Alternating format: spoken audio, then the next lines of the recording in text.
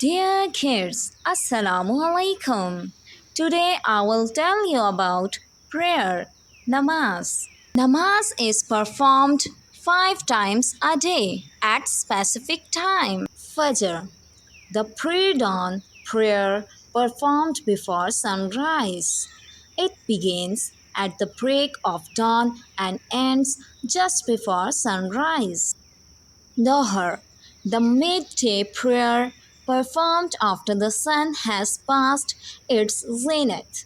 It starts when the sun begins to decline from its highest point and continues until just before the shadow of an object becomes equal to its length.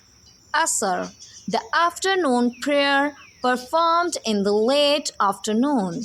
It starts when the shadow of an object becomes equal to its length and continues until just before sunset. Maghrib, the evening prayer, performed just after sunset.